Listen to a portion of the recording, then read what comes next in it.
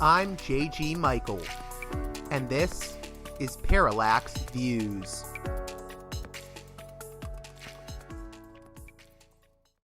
Hey there, Parallax Views listeners. Before we begin this edition of the program, a friendly reminder that it is you, the listener, as well as my one and only sponsor, the mighty Mike Swanson of Wall Street Window, that make this show possible. So if you can, please consider supporting me on Patreon at patreon.com/parallaxviews. I do not make nearly as much money as some alternative media personalities in the podcast world and YouTube. I also release most of my content, with the exception of the Parallax vlog, completely free of charge. If you'd like that to continue, please consider supporting me on the Patreon. One more time, that's patreon.com/parallaxviews. And also be sure to check out the financial and trading newsletter of Mike Swanson, wallstreetwindow.com. I've had listeners make a return on investment thanks to Mike's trading tips, and he will always be a straight shooter in his newsletter, so you can trust wallstreetwindow.com for the best financial and trading news.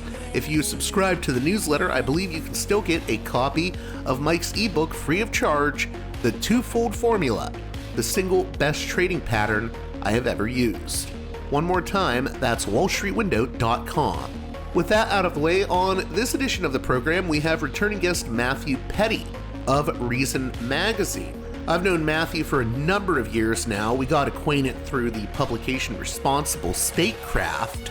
Now he's at Reason, the libertarian, and he's been writing about a topic that has been of interest to this show for a number of years, namely Jeffrey Epstein. And we're going to go through the Epstein network on this edition of the show. What are Epstein's connections to Israeli power players, Gulf states, and even Russian oligarchs? Find out in the conversation to follow. We'll also discuss the pitfalls of the Epstein case and looking into it, and the spread of misinformation or disinformation about the case. This is not an episode you're going to want to miss, and I would suggest, if you can, reading some of Matthew's articles on the Epstein case at Reason Magazine. One in particular that is of interest for those listening to this conversation is Inside Jeffrey Epstein's Spy Industry Connections. I will try to link that in the episode synopsis. It informs a good bit of the conversation. In any case, I think that you'll find this discussion rather fascinating, especially if you're digging into the Jeffrey Epstein saga, the sordid saga, as I have always called it, of Jeffrey Epstein. So with that being said, let's get to the conversation with Matthew Petti. Welcome back to Parallax Views, a guest that I haven't had on a while, but he's been a friend of the show for a number of years now, and I'm glad to have him back on. Matthew Petti of Reason Magazine. He's also contributed to Responsible Statecraft in the past. That's how we got to know each other, actually. And we're going to be talking about Epstein, which is in the news. Unless you're living under a rock, it's almost all I'm seeing on my social media. How are you doing, Matt? I'm well. It's actually crazy because well, I don't want to dox myself, but I'm in England at the moment, and the Epstein case is actually might bring down the Keir Starmer government because of the one of Epstein's close buddies was appointed as ambassador to the U.S. And I think there's all this stuff is coming out that he knew a lot more and the government knew a lot more and they didn't vet this Mandelson guy well, or I mean they did vet him and didn't see this as disqualifying. So it is very interesting to actually see this scandal have a bigger impact outside the country where it happened. Yeah, that's very true. Where I wanted to start was how you came at the Epstein story, because most of the shows we've done in the past, we've talked foreign policy, we've talked Iran and drones and things of that nature. So how did you end up getting on the Epstein beat? Yeah, I actually got onto the Epstein beat before this sort of exploded again because about a year ago, I don't remember exactly when it was like the spring of last year. These files were leaked to the internet from the inbox of former Israeli Prime Minister Ehud Barak. And they didn't get a lot of attention because it's like, all right, Barack is some has-been. He's been out of government for a decade. This is his personal Gmail. Also, the hackers who released the files are skeevy and weird. And I think at this point, it's clear that they're like loyal to the Iranian government. So nobody wanted to touch these. But I'm like, wait, Ehud Barak, wasn't that Epstein's business partner? And wait, don't these files match the time frame during which Epstein and Barack were in business? So I just control F Epstein in the emails. Not think I think I would find a few things. I ended up finding like thousands. I forgot the exact number, but it was thousands and thousands of emails between the two. Whoa. It took a few months to actually go through the emails and then verify that they were real. Because I had to use a few, you can't just ask Ehud Barak, hey, is this really a hack of your email inbox? So it took a few months, and then just as the birthday book, if you remember that story, was hitting the press, is when the story was ready to go. Um, this wasn't actually timed that way on purpose. It just took that long to report, full transparency. But then once the birthday book story hit, actually that ended up being the missing piece where I'm like, I need just one more piece of confirmation. And I saw they're reporting about this birthday book. And then I saw in the Ehud Barak Epstein emails, they were talking about contributing to Epstein's birthday book. I was like, well, there you go. This was not, these emails came out before the existence of this book was publicly reported. So they have to have been real because This was the book it was like a scrapbook, right? That was given to him for his yeah, it was 50th. so there was the one that was actually something I found that other people hadn't found is there's more than one of them. I think it's since been reported that there's multiple. But yeah, for his 50th birthday, infamously, Trump wrote this very sexually suggestive letter to Epstein about their like wonderful secret, uh, which not the kind of thing you want to be writing to your friend who's a pedophile. Um, and then, right after the Trump administration was sort of downplaying the Epstein case, someone in the Justice Department leaks this birthday book to the media, and and that was probably the catalyst of why there was political pressure to open these files in the first place. But yeah, there was multiple of these happening in multiple years, and one of them Ehud Barak contributed to. Um, but the story itself, I should probably tell you what I actually found in these emails. Yeah, I Uh, want to get into it, and then maybe later we can talk about how Netanyahu has tried to spin this specific story. Yeah, it was sort of a unexpected reception of this in Israel, I'll say. But yeah, so Ehud Barak, is former Israeli defense minister. He knew Epstein for like since the early 2000s. I think he said it was at the birthday party of Shimon Peres, who was another former Israeli prime minister. Um, After leaving the defense, and he was just buddies with Epstein. More stuff has come out in these emails that I didn't know about when I was first reporting this, that they were buddies while Barak was still in government. But what I got was Barak's personal email inbox after he left government. Pretty much immediately he goes to Epstein to find out how to make money. And there's a recording from the new Epstein files where Epstein is straight up coaching him. You need to find the people you have leverage on from when you were working in military intelligence and exploit that for money. Um, but then, yeah, what I found was that Epstein and Barack had this surveillance company they were working on, which has been known. And at the time of the original Epstein case, Barack was like, "Oh, I had no idea this guy's a pedophile, and I'm giving the money back, and this was not a close relationship." Turns out it was a close relationship, and that they were pitching this to lots of different politically well-connected people. They were trying to loop Peter Thiel into it. They were trying to loop they were introducing each other to Russian oligarchs who were close to the Russian government. They were trying to get involved in other Israeli surveillance businesses. And as Dropsite sort of followed up on my reporting, found um, Barack was also using these Epstein's connections to do just political deals on behalf of the state of Israel. So all in all, and then there was another like sort of throwaway, which ended up being a lot more consequential than I thought it would be, where Epstein goes to Barack and it's like, hey, my friend Andrew has an idea for a security company in China with Chinese elites. And some like really, I mean, it was hard to decipher because it's just such bad grammar, but it's like a wealthy Chinese looking for to start protection co. Kidnapping has begun. And then Barack is like, Andrew who? And Epstein's like, the prince.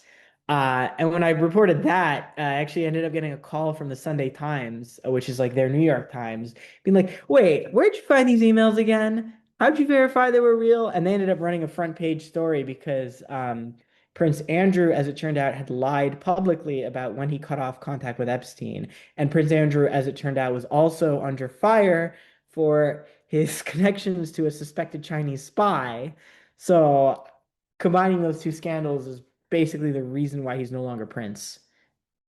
So with the Ehud Barak, this involves I mean it's complicated because you're talking about in this article, I believe it was called Inside Jeffrey Epstein's Spy Industry Connections was where I first saw you deal with that connection with Israel. There's like all these different companies and investment firms. Reporty is one of them, and then Palantir. So, Can you take me through because it gets complicated?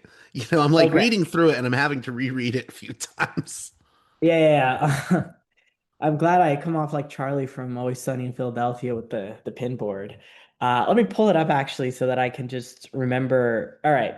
So yeah, there is a security tech startup that Barack was involved in alongside the former head of Unit 8200, which is Israeli signals intelligence, so like their NSA. Reportedly changed its name to Carbine. It's now called Carbine. Barack is no longer involved in it. Um, the Unit 8200 guy claimed that he had no idea, and Epstein was fronting the money for it basically to Barack.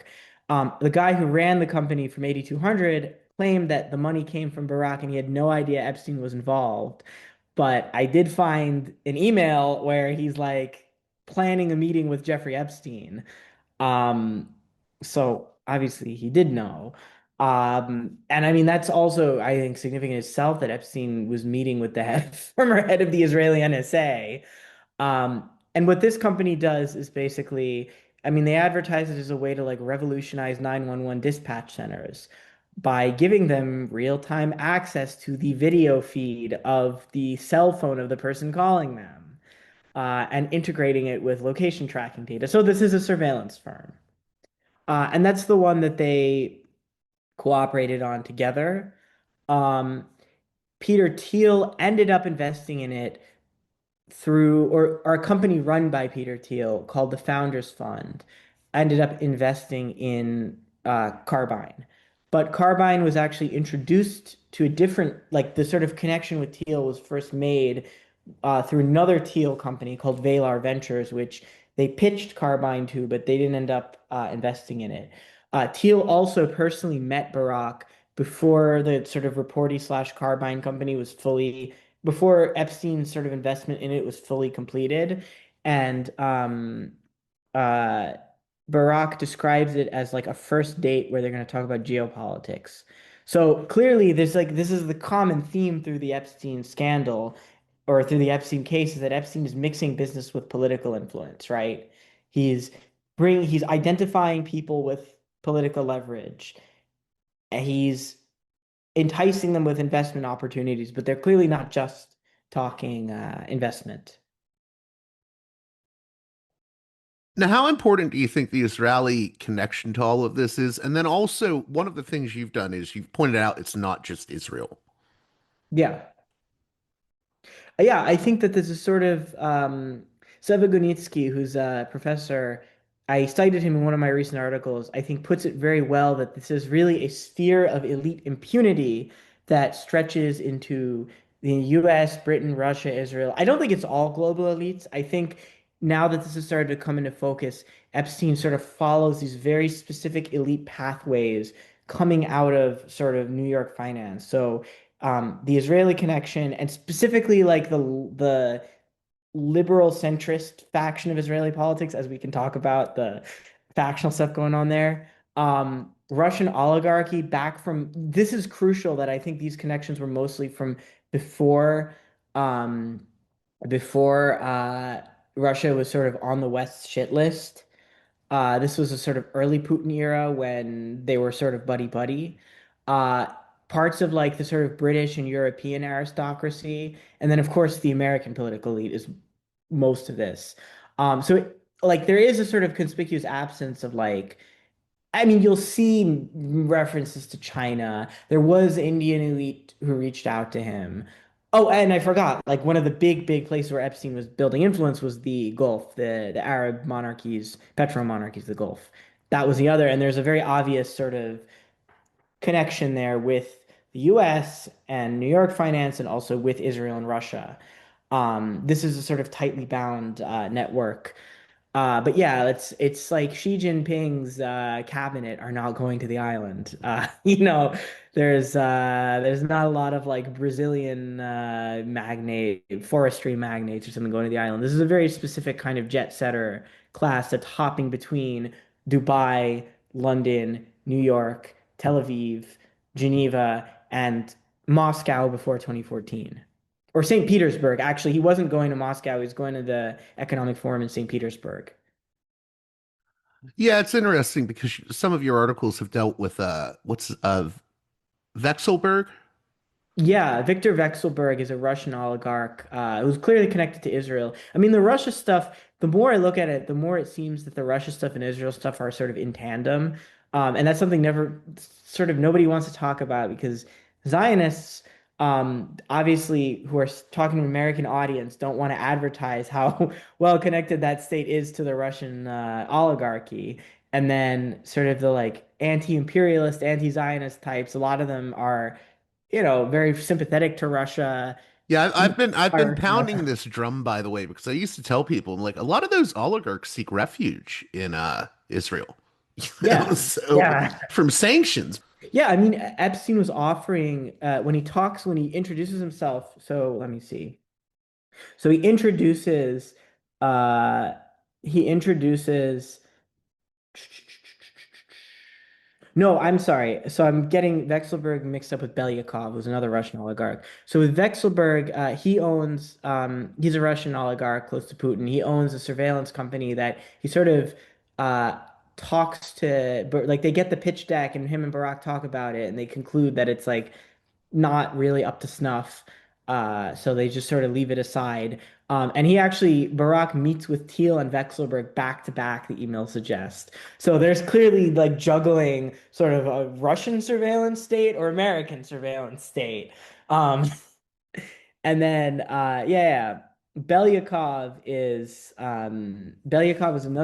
he's a former cabinet minister who, um, Epstein has been talking to. Weirdly enough, some Russian opposition outlet got these emails like even before I got the Epstein Barack emails. They got the Epstein Belyakov emails. They never explained how they got it. It's like not very prominent within the Russian media ecosystem. I mean, was this some kind of op, right? Did the CIA hack Belyakov's inbox and just give like what's going on there? But there was some stuff there that's now confirmed to be real from the Department of Justice email release that Epstein was talking to Belyakov about like blackmail, right? Epstein goes to Belyakov and says there's this Russian girl blackmailing businessmen and it's bad for business. So maybe she's like encroaching on Epstein's territory or something. And then Belyakov sends back like a dossier of information on her, which is very weird.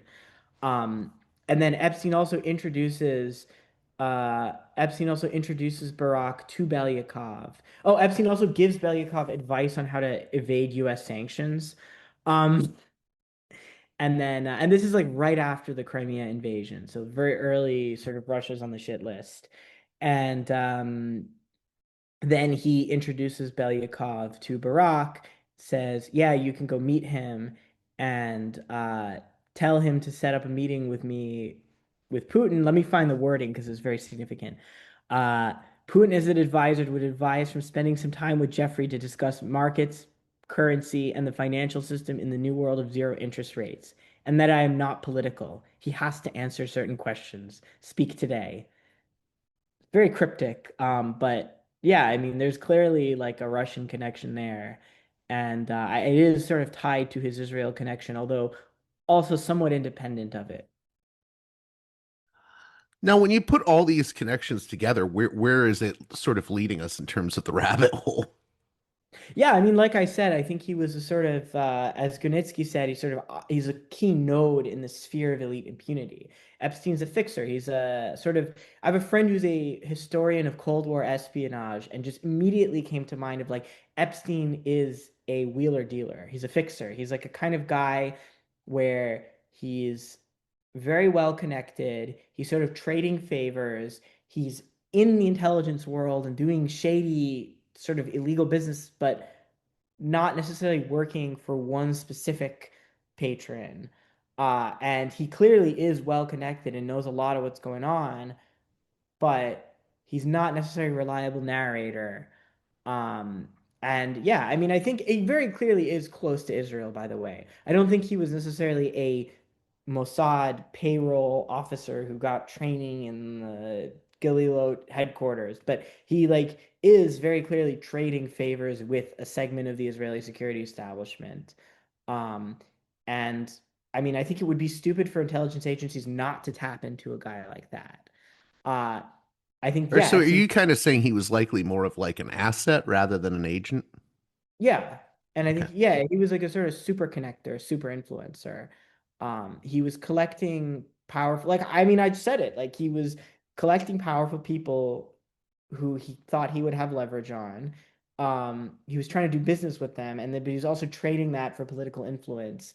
Uh, and I think, of course, the $1 million question is what role sex had to do with this, because obviously, I think it's very clear that he was that people knew he was molesting girls. Like this was a very obviously well-known part of his personality.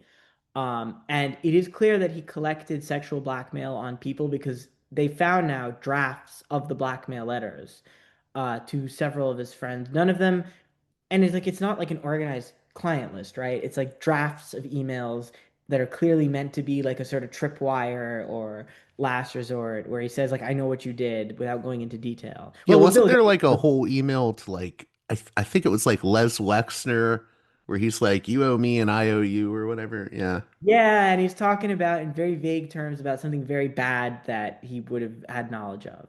With Bill Gates, I think he's basically, but Bill Gates, he's not calling a child molester. He's basically like, you slept with prostitutes and you have an STD and I know about it. Like, and Gates has come out, just, full disclosure, Gates has come out and denied that that's true.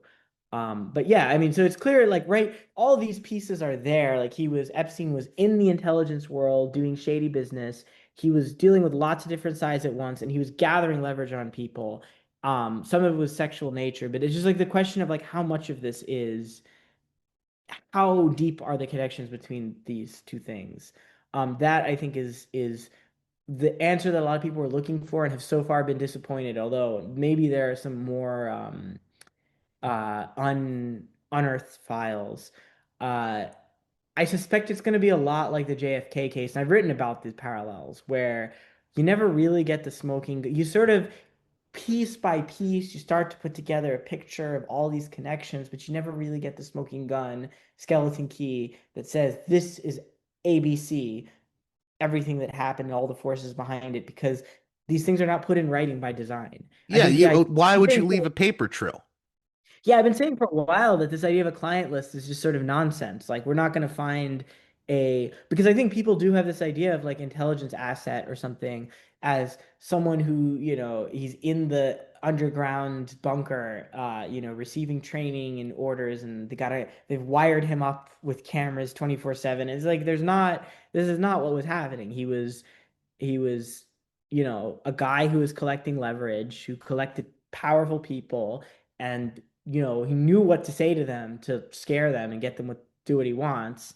And then he was offering that up to various people who he knew were in the intelligence world. There's a really interesting file in the Epstein, I just think is very telling, where Epstein had sent a letter to a Freedom of Information request to the CIA saying, "Do you have any files acknowledging me as a asset?" And which means, right? It means that Epstein knew he was dealing with people in the CIA, but it also meant that he didn't actually know, right, like the extent, how official is this, what kind of paper trail is there, is this, is this some off the books thing, was it official CIA business to begin with, right? These are mysteries to him, and he's trying to find the answer to that. And but of course it also suggests, like, yeah, he had a real reason to believe that the answers to that would be in a CIA archive. And the CIA's response to his freedom of information request was just like, cannot confirm or deny. It was like the, like, we're not even gonna look for this file. Now, is there anything else you can add about the Israeli stuff or anything I missed with regards to the Ehud Barak relationship? I'm curious, when did he start getting interested in when did Epstein start getting interested in issues like cyber warfare and surveillance tech? Well, that's hard to say because we only have a sort of limited visibility into this. He definitely was in the emails I saw. He definitely was talking about this as like a new exciting thing that he would like to break into. Um, I mean, as into like him being involved in the espionage world, if you look at that was from the very beginning of his career. Because if you look at the drop site reporting, Epstein's like early business contacts were with people who were like sort of tangentially involved in arms trafficking.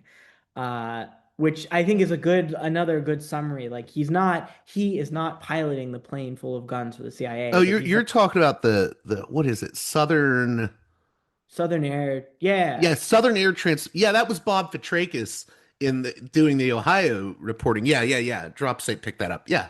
Yeah, so basically, just to summarize what the story was for your viewers, I mean, I don't know, are your viewers too young to remember Iran-Contra? I mean, I wasn't born when it I think happened. my listeners will know Iran Contra. So. Yeah, it's, like the TLDR is that there's a sort of vast web of arms trafficking that involved both Iran and Nicaragua during the Reagan administration. And Epstein, when he first got into business, into like the financial banking world, his partners were like people who were sort of tangentially involved in this, and then Epstein involved like ended up like the Southern Air Transport was the CIA gun running company, and then Epstein ended up somehow brokering a deal to bring the Southern Air Transport planes to Ohio to serve Les Wexner's lingerie company, Victoria's Secret, which is like, again, I mean, it's just like perfect, right? Some summation of the case. They Epstein got the CIA planes to carry lingerie. But like, yeah, like that's the kind of thing he was doing. He was identifying like, oh, like there's gonna be a fire sale on these planes soon. Let's see if we can make some money off of that. Yeah, it's interesting. I'm reminded of a conversation I had with. He's kind of an odd Canadian journalist that did, I think, war reporting. Um, but I was talking to Eric Margolis, he met Ghislaine Maxwell, but he said to me as soon as he met them, he was like, "What is this? This is like a blackmail operation. This is honeypots." And he backed away from it as soon as possible. But it's interesting because one of the things he said is some people are too focused on the most salacious aspects rather than the, you know, political aspects of this. I was curious what you think of that. Do you think there is a way in which some people are getting focused on the most tabloid elements of this? Yeah, I also just wanted to go back and sorry, we're jumping. I hope I'm being No, coherent. it's all no, you're very coherent. On the Israeli angle, yeah, so Epstein's connection was to Ehud Barak, who's sort of Labor Party. He actually let one of Barak's aides, who's a known active intelligence guy, stay at his apartment for a while, um, which Dropsite reported. I had seen it, but I just sort of it got cut from the final article, not for any particular reason. I think I just didn't. I just wasn't relevant. And then Dropsite picked up on it. Like Epstein let an active Israeli spy hang out in his apartment for a while. But like, great, those are the kinds of favors. But Barak was part of the Labor Party, sort of liberal center of Israeli politics, and he's a rival of Netanyahu. So Netanyahu, for a long time, has been an open the Epstein files guy, because I think he understands very well that this reflects much worse on his rival than him. So when Epstein was still alive, um, right, and then it sort of first started to come out that he had invested in Barack's surveillance company. Uh, Barack was running for prime minister, and Epstein just used that in an attack ad, like, what else is the pedophile? What other secrets? This guy was taking money from a pedophile. What other secrets is he hiding? And we need to investigate. We need to investigate Barack and Epstein. Um, It's very similar to like what a lot of MAGA types were doing up until recently. Like basically, if you read Netanyahu's like tweets about this, he basically says like what, oh, you see, this proves that Barack was working with the anti-Zionist left, and he's trying to undermine Israeli democracy. Sort of his own. He's spinning his own conspiratorial web. And like I think it's not entirely wrong. I mean, the idea I heard Barack's an anti-Zionist leftist, this is ridiculous. Come on. Like it's not entirely wrong that Epstein's ties were entirely to that like part of the Israeli government or Israeli political class, but it's just like, all right, but at the end of the day, he's not working against the state of Israel. He's working with them on Israeli interests. So that's a sort of eye rolling part. I mean, Epstein was clearly like he was pro-Israel. Like he had IDF merch and donated to friends of the IDF, and yeah. But getting back to your question about salaciousness, I'm sort of two minds of this. On one hand, I think that the whole reason we've this case is sort of blown open is because of um like Epstein did victimize real women and girls, and like the victims are the whole reason this case got reopened. The American government wanted to give him a little light slap on the wrist, and then it was through the dogged determination of the victims, and also Julie K. Brown is a journalist who really picked this up, that you know, Epstein was prosecuted finally for like the full extent of his crimes, and that the files have been opened and such. And I think it's not, it's important not to lose sight of that. This was like real. These are people who were traumatized for life, in really gruesome ways. On the other hand, yeah, I do think that a big part of the Epstein files is simply the fact that this guy was a super connector. So by opening up his personal life, we do get a window into the inner workings of the elite. And I think by focusing on like people have run down very stupid rabbit holes of like there was something where he typed 19 years, but it got in transcription got turned into 9 years. And people like Epstein's talking about a 9-year old, and it's just like this kind of missing the forest for the trees a little bit. And then you have like the really like the anonymous tip to the FBI where they're like George Bush is eating a baby, and it's clearly just some guy who prank called the FBI, but people were taking this as gospel truth, and it was a little bit of a distraction from like the real interesting stuff in the Epstein files. Um, and I think it also kind of does do a disservice to what was so sinister about what Epstein was doing, where people we're looking for this like right not to do this whole like pedophile not ephebophile distinction, but Epstein was, I think he was not necessarily scouting for babies, and they weren't doing occult rituals to babies. He was abusing vulnerable teenagers, right? He was finding women and girls who were young runaways who were like almost of age, and like manipulating them and coercing them into being prostitutes for him. And like that's really fucked up. That's extremely fucked up I mean, and he was damaging. basically he was a white pimp. Yeah, yeah, but and I mean it's like an extremely destructive and damaging thing to do to people. Um, but it's sort of, I don't know, it's like when people think about the reality of sex trafficking, it's often like it's not some occult ritual basement thing where it's like, finding vulnerable people and putting them in a situation where they can't say no, right? This is like bad. This is really bad, and you don't need to like look for these crazy stories. And it's bad that, and I think, part of the reason why Epstein, like, you see, like, you saw the email to Elon Musk where he's like, nobody there will be above the age of 25. Right? It's like he's not saying these are teenagers. He's saying like wink, wink, nudge, nudge. And right, there's this sort of blurred line. I almost feel like some of the blackmail with Epstein, some of the power of his blackmail is that, I mean, I'm really going out on a limb and speculating. So don't quote this. This is not something I've reported out, but I'm just sort of thinking through, right? It's like you go to one of these Epstein parties and you know he's got this harem of girls who may or may not be of age, may or may not be there willingly. It's clearly not a good situation, but you're some, rich, powerful asshole. You don't care. You get a massage from one of his girls, or something more than a massage. You don't know who she was. You don't know how old she was, and then find out, oh, this Epstein guy is like a notorious pedophile, and now he has that leverage. Because what if she was underage? I think that might have been actually a lot of the skittishness from certain politicians of opening the files of like they don't even know what's gonna come out on them. Um, and yeah, I mean, it definitely was. I mean, the plausible deniability was definitely gone after Epstein's conviction, right? It was like this guy was.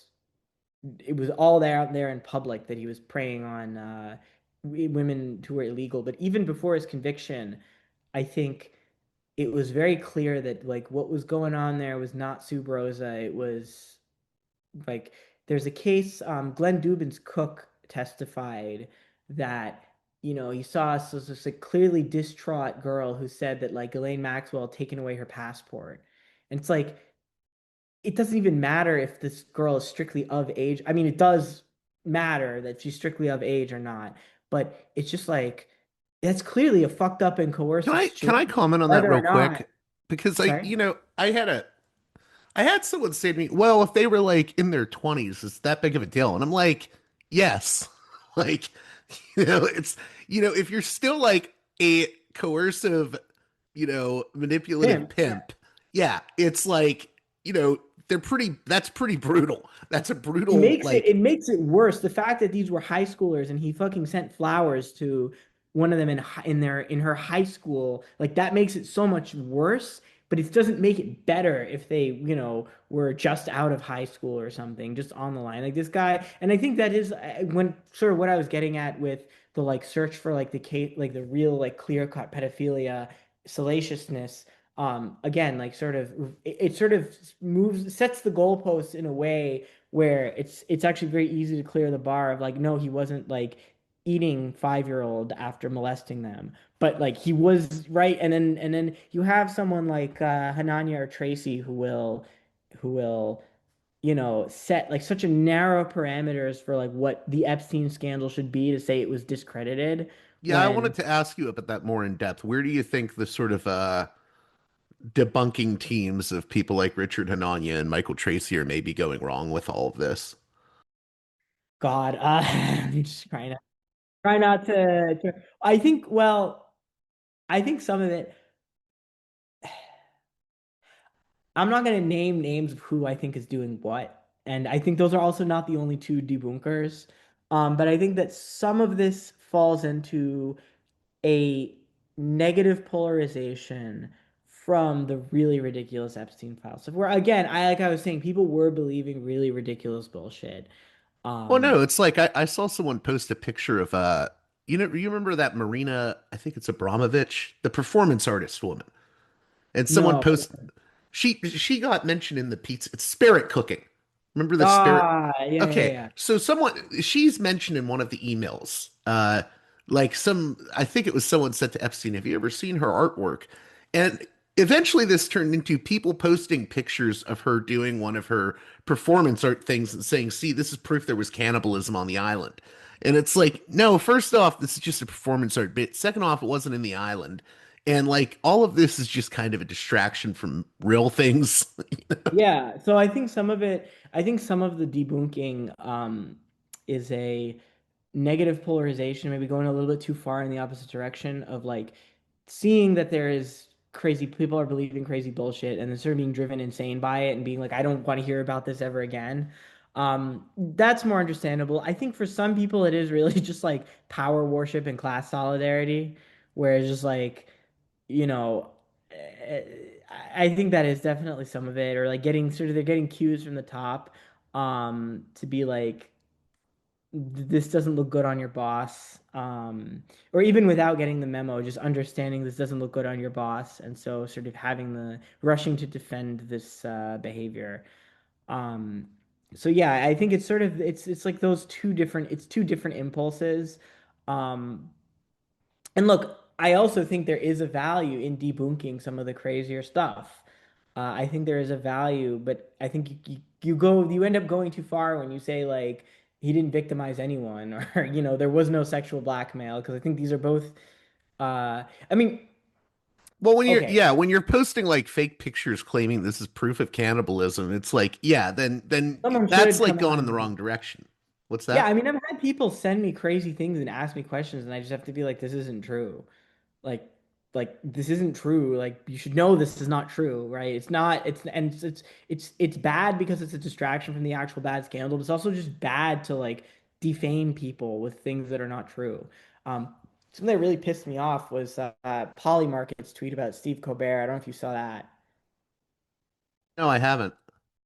So after the first tranche, or I mean, there's so many different tranches. This was before the current tranche of Epstein files, but Polymarket was taking bets on who would show up in the tranches, which is just like that's just. I mean, this is not even the most morbid thing Polymarket took bets on, but they were taking bets on who would show up in the files, and the Polymarket bet, the terms of it had specifically said it doesn't have to be in connection with illegal activity, right? It's just any mention in the files. There was some email newsletter mentioning Steve Colbert in the files. Um, right? It wasn't even someone telling Epstein, come see Steve Colbert. It was literally like an automated newsletter he'd subscribed to advertising a Steve Colbert bit. And uh, people saw that, and so they started putting money on Colbert and Poly Market. And then so his odds, right before the bet was called, his odds were shooting up because people saw it was going to be resolved as yes. And so it ended up being like 99%. And then Polymarket fucking tweeted out the screenshot of that and said Steve Colbert is a top suspect in the Epstein files, which is like that's a really sinister wording to use, suspect, because the terms of your bet had said it doesn't have to be illegal activity. And yeah, it was just like this crazy bullshit. Now a lot of people probably walked away thinking like, oh yeah, Stephen Colbert was on the island molesting girls. Well, it's like what With you said that, people took that FBI tip about the eating babies thing. We're like, oh, this is gospel truth, and it gets into what you talked about with in the one article about criticisms of the Epstein File Transparency Act, and I guess Clay Higgins was kind of skeptical of it. Yeah, people also maligned Clay Higgins.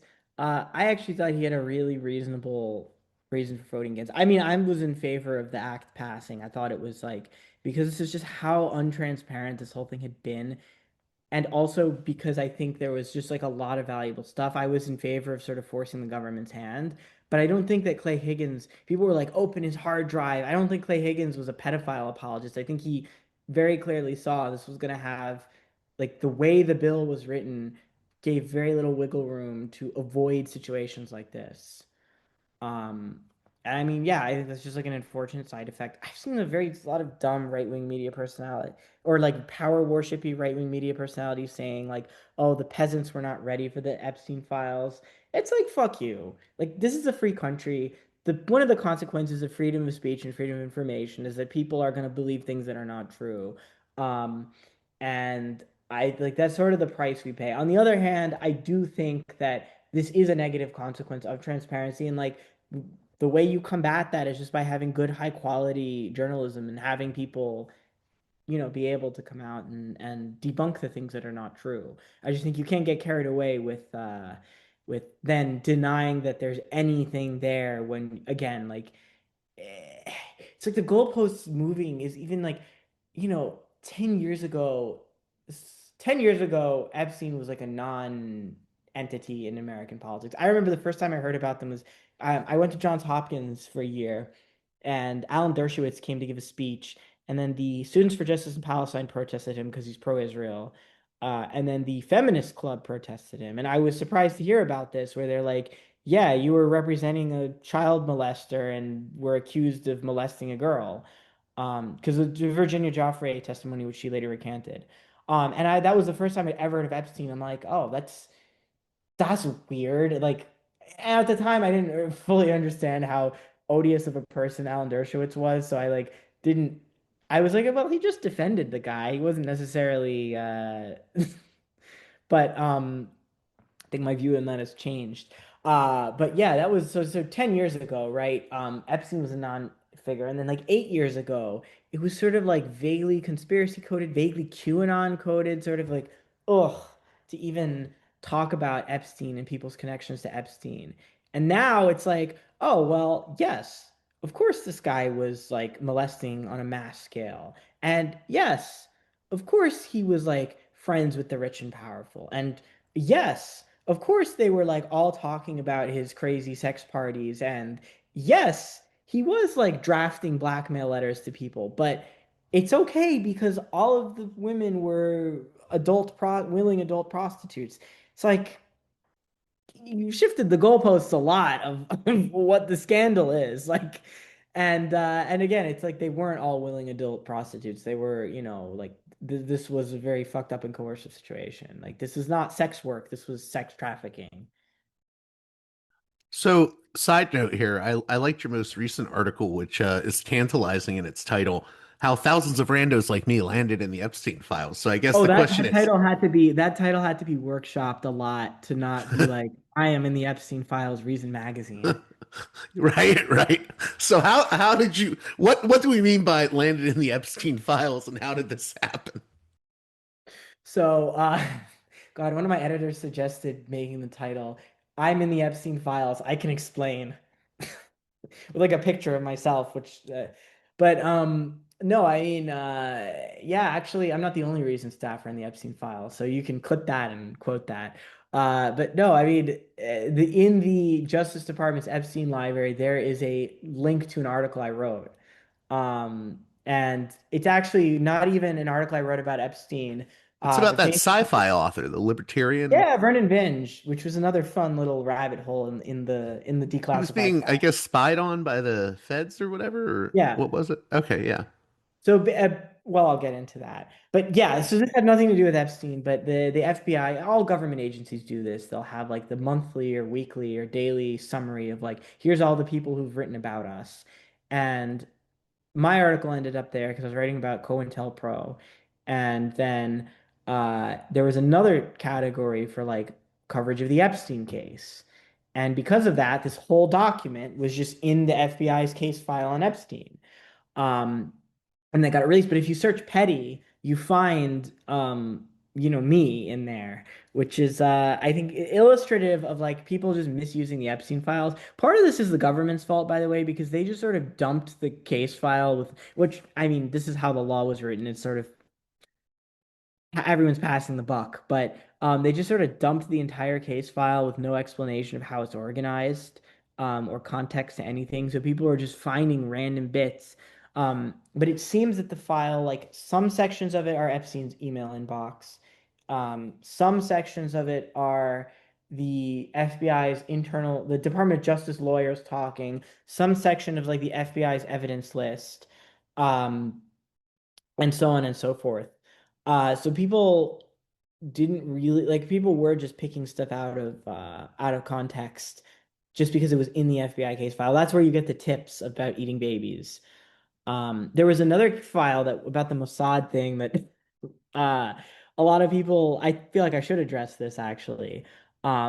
So there was a tip from someone who worked for Alan Dershowitz that apparently had come into contact with the FBI because of the Russiagate investigation and like foreign election interference.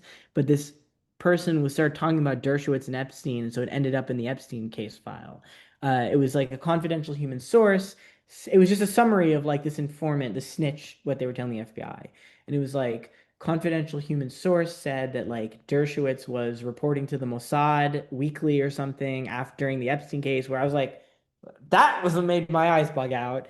And then it also had all this sort of speculation, which I think the person was not in a position to know, but the FBI agent just had to write it down. It was like, yeah, and he said Trump is compromised by the Mossad and this and that. And then it sort of became less and less coherent as time went on. So it's like, okay, that's interesting that the FBI had a snitch in Alan Dershowitz's office. And that's interesting that this person said that, the Mossad was meeting with Dershowitz. The rest is sort of just like did nothing that he would be in a special position to know. But then it was unmasked who the source was. Um, and I'm not gonna, should I say it? I don't know. It's publicly reported now. It's I Charles mean, if it's Johnson. public, go ahead. Yeah, as Charles Johnson was the source. There's some sloppy redaction where someone was able to figure out that, yeah, it was Charles Johnson. And of course, I'm like, okay, this sounds, now that I look at that, I'm like, this, I don't know if you've ever spoken to Charles Johnson or listened to him speak, but this sounds like him talking, where he's very clearly well connected. He very clearly does know some things, but then he tends to like veer off into like uh, wild speculation or stuff that isn't so coherent. And it's just like, okay, if Charles Johnson said that Trump was compromised by Mossad, that wouldn't be a news story. That's just like, okay, like, yeah, this guy believes that. Um, but the fact that it was in and it had the FBI letterhead and it had the redaction marks, people are like, oh, this is some kind of secret knowledge. I mean, it is a story that the FBI was that FBI had Charles Johnson as an informant. Like, that's interesting, but that doesn't mean that every single thing he said in the course of the conversation was true or that the FBI agent was faithfully reproducing every single thing he said. Just a few more things briefly here. Have you come across Ronald? Is it Lauder? Oh, yeah, Ronald Lauder. Yeah, yeah. Yeah. It's interesting to me because he's also the guy who gave Trump the idea to buy Greenland, but he's tied into all of this as well. Oh, yeah. So I haven't seen the I think I might have been the first person. I think there's more stuff about Lauder and Epstein doing like business deals where they were trying to buy a painting together. There's like a lot of the like Epstein would do a lot of weirdly specific business deals where you're like trying to conceal exactly what you're doing. Apparently in this case, again, wasn't anything illegal or shady. It was like Leon Black and Ronald Lauder were buying a painting together and Epstein facilitated this. But it hadn't really been well known that Lauder was even talking to Epstein, except I had reported this a while ago because it was a very weird reference. Let me find the exact wording of the email.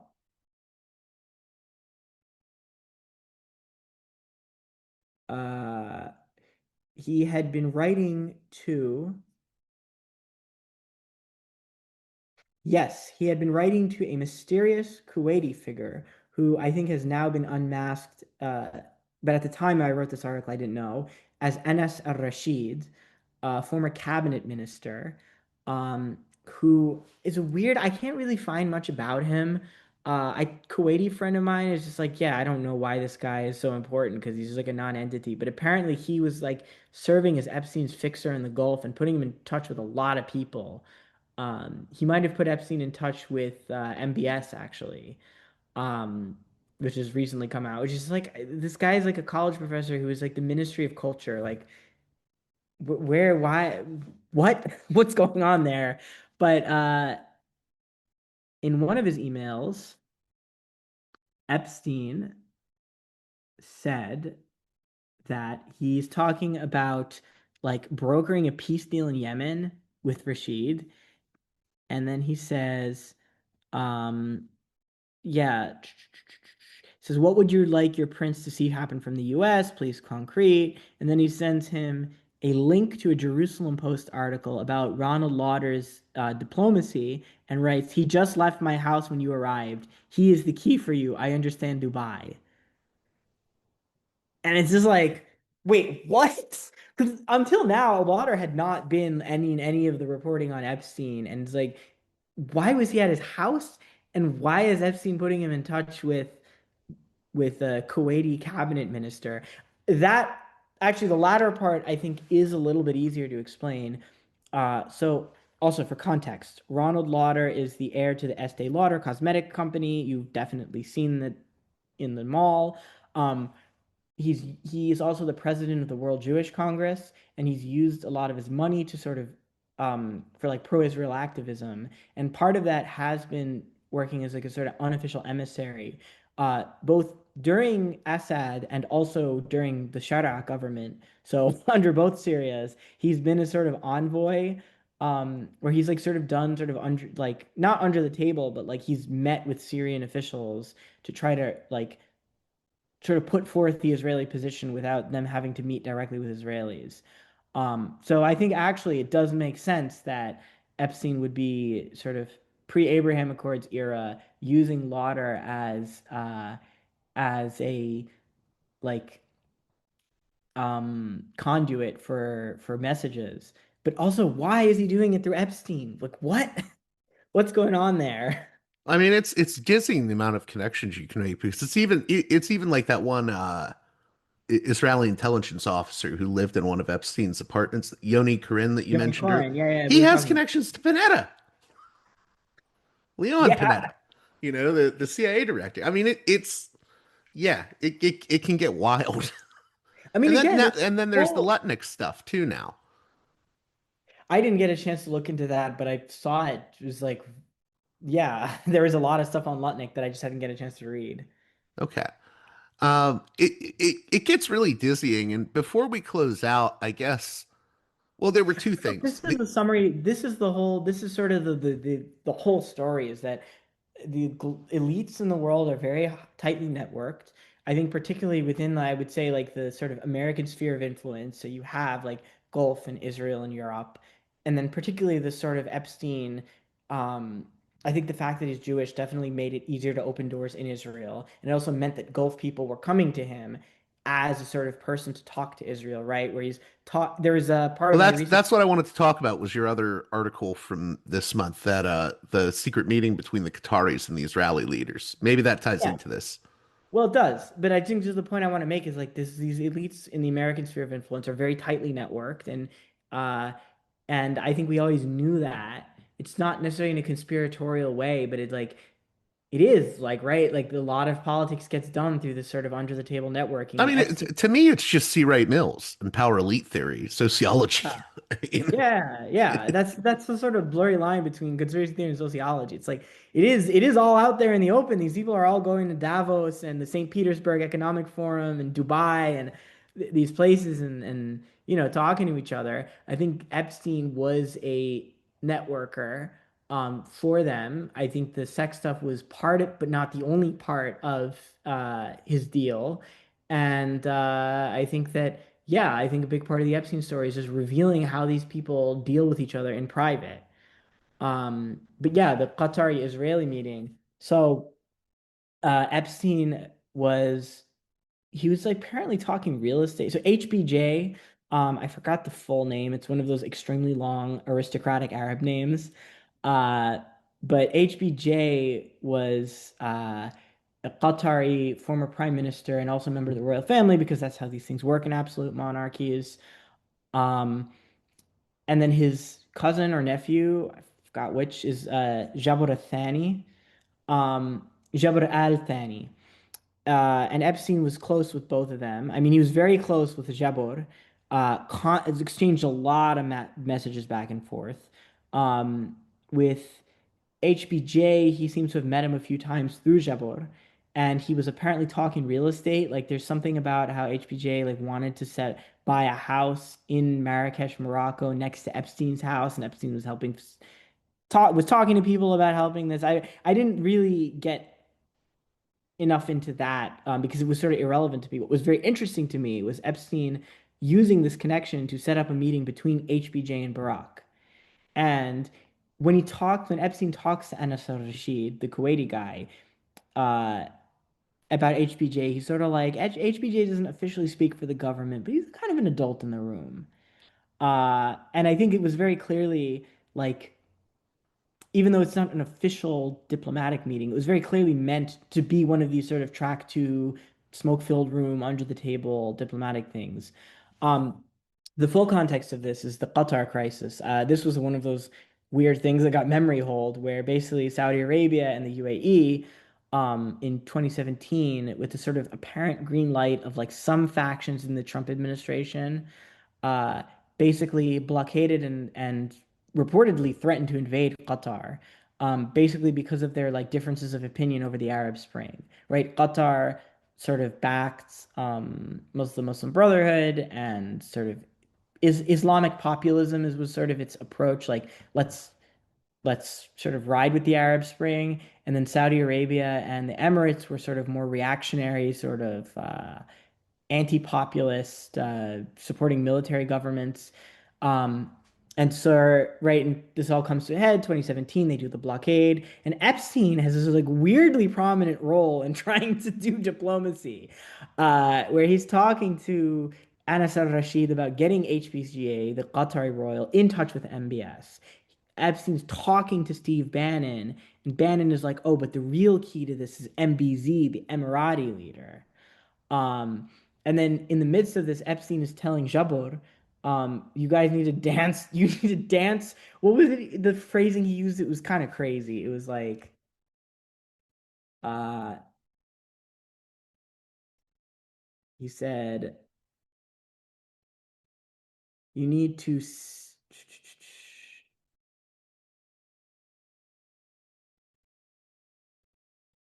Sorry, the quote was just here we go.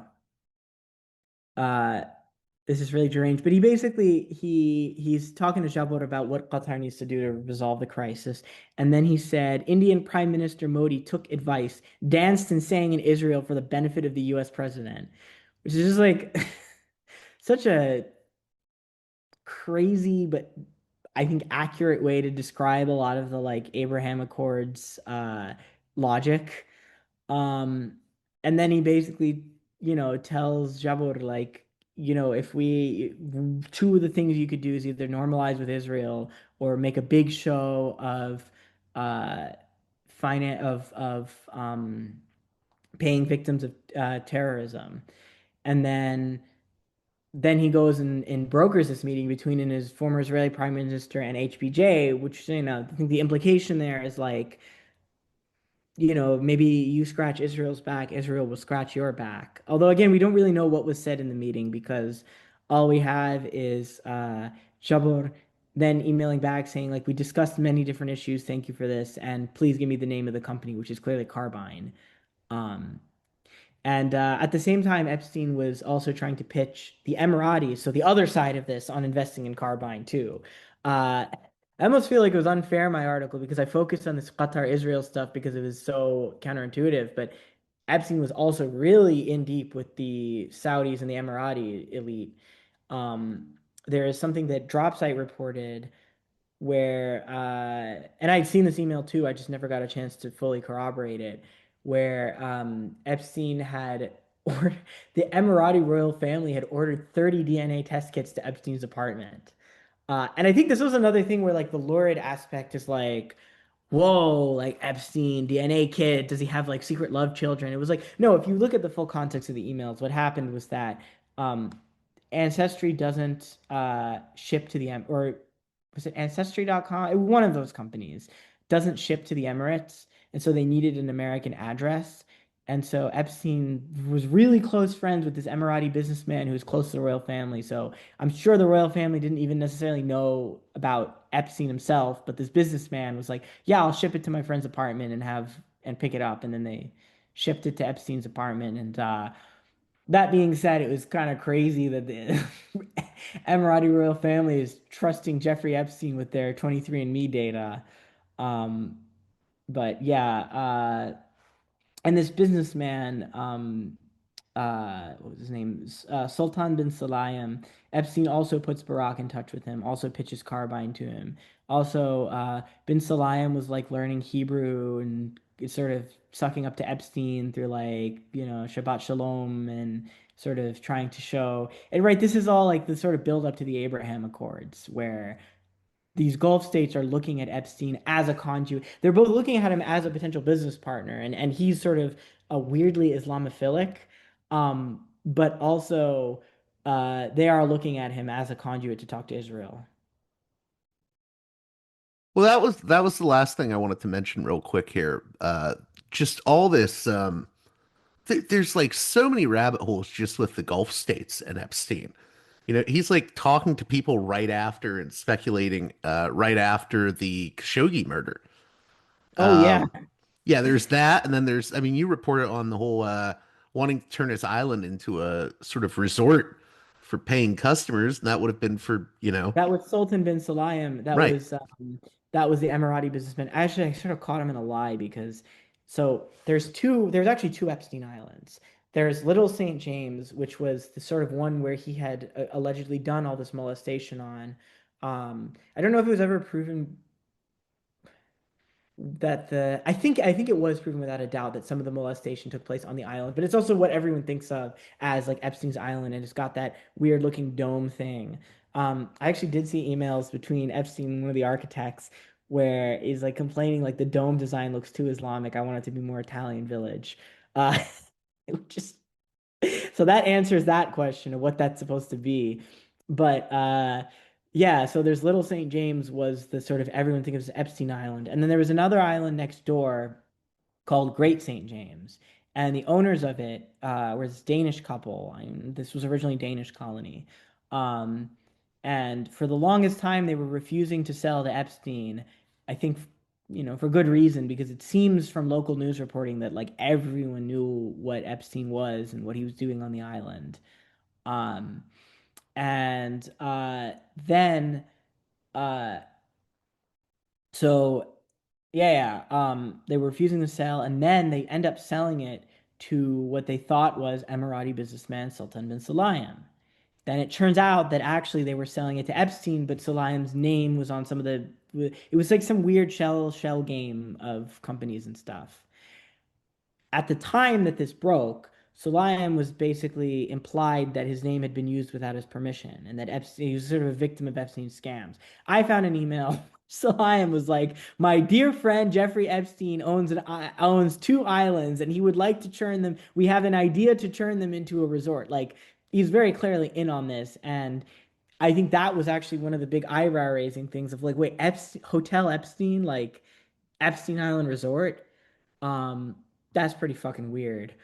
Uh, like it's just bad vibes, right? You don't really know. Like, is he trying to turn into a resort because he's done with the sex trafficking and he just wants a new way to make money? Is he trying to turn into a resort because he wants to like monetize this? Like, it just leaves a weird bad taste in your mouth. But yeah, like this was something that he clearly hatched together with Sulayem, and the architects that they were talking to about this was a company that specializes in building hotels in Dubai. So it's like I think Epstein definitely saw a kindred spirit in the Gulf state elites. I think he saw kindred spirits in a lot of different places. I think he clearly saw kindred spirits in Israel because, like, of like the religious connection, and I think he clearly saw kindred spirits in the Gulf because he's like, oh, these are really rich people who can do whatever they want. And he really did enjoy dealing with them on that basis. What do you make, real quick, because your eyes lit up when I mentioned the Khashoggi killing stuff? I mean, that's just another rabbit hole. I mean, you know about Khashoggi's Adnan Khashoggi. Yes, the So arms Ad, dealer. yeah, That Adnan he was Khashoggi the was uncle, right? Of the uncle of the Washington Post column. So when we talk about Khashoggi, there's Jamal Khashoggi, who's the Washington Post writer and the Saudi dissident, and then there is Adnan Khashoggi, who is the arms dealer, the uncle. And Epstein was when you talk about Epstein and Khashoggi, you got to be like, which one? Um, because he was yeah, he was tight with Adnan back in the Iran Contra days. And Adnan was part of like this whole Iran Contra thing. So it's just like another one of those, just going back to the beginning of our conversation. Uh, and then like Epstein, he may have met with MBS. Like he was talking to Anas al-Rashid, the Kuwaiti guy, about meeting with MBS like 2 days before Khashoggi killing. And then you were saying there were some emails, some very speculative emails. what's that? You were saying there were some speculative emails or something. Yeah, yeah, it was Middle East Eye. Epstein said UAE ruler, quote unquote, set up Saudi crown prince over Khashoggi killing. Have you read about this? No, I hadn't seen that. Please send that to me. Okay. Well, that'll be a story for another time. But there's so many rabbit holes, and I guess, what do you want my listeners to get out of this? Because I know there's going to be listeners that listen to this and they'll be like, there's too much. Um, I know I was worried. I was joked about sounding like Charlie from Always Sunny, but I feel like that's genuinely where I ended up. Um, God. I was I going to mean, reference that myself. We both sound like Charlie. yeah. No, but I think I've again the thing here is that Epstein was a node in an elite network. Like he was a fixer and a wheeler dealer for a lot of different elites, for people in business, but also for people in government and intelligence. Um, and I think that these files have been a unprecedented look at how that world looks, and also at like the unsavory side of that world, because the extent of the connections he had were clearly allowing him to get away with sex trafficking, to intimidate, manipulate women without consequence.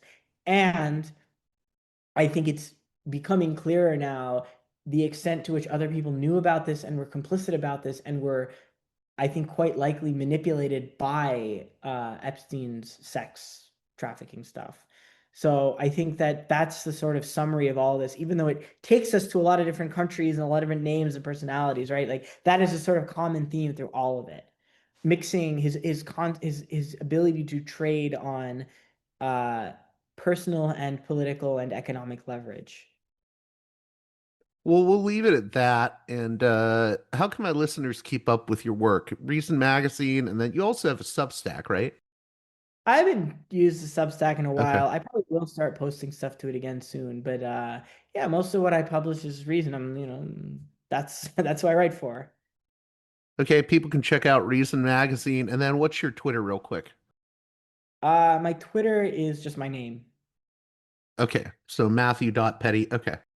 It's something like that. I don't know if I put the first name up first or the last name first, but you can find me pretty easy. And thank you again, Matthew Petti, for coming on Parallax Views. Thank you for having me. A special thanks to my $10 and above tier supporters on Patreon, who make this show possible with their generous donations. Producers' credits shout out to those supporters: Aaron, Jeremy, Matt, Big Bob's Beepers, James, Enoch, David, Sadad, Tristan, Bob, Eva, Miriam, West Bank Robbery Pod, B. Lund, Transnatural Perspectives Podcast, Dan, Nick, Elliot, Fabian, Tom, Arlen, Bo, Spartacus, James, G, Jamie, Will, JC, WV, Sutra, Orc, Catherine, Darko, Nathan, Holland, Dan, Mark, Chase, Olm, Gary, Emilia, Nick, Brace, Michael, and Brian. Please join those listeners in supporting me at the $10 and above tier of my Patreon page, patreon.com/parallaxviews, if you'd like your very own producer's credit on each and every edition of the program. Until next time, you've been listening to Parallax Views with Parallax Views to Parallax Views with Parallax Views. The way out is not simply to say, don't do it, just to prohibit. If nothing else, if we don't do it, others will be doing it like crazy. So, we have to confront the problem. But no, basically, I know of the great anxieties, problems, new forms of control, but it's also new forms of freedom. This is why I always emphasize that internet and all this new digital stuff, it's a very ambiguous phenomenon, but it's the field of struggle. New forms of enslavement, but at the same time, new incredible forms of freedom. We have to accept the fight with no nostalgia for old, allegedly more authentic communities or whatever. I'm not afraid. I'm not afraid. I'm not afraid. I'm not afraid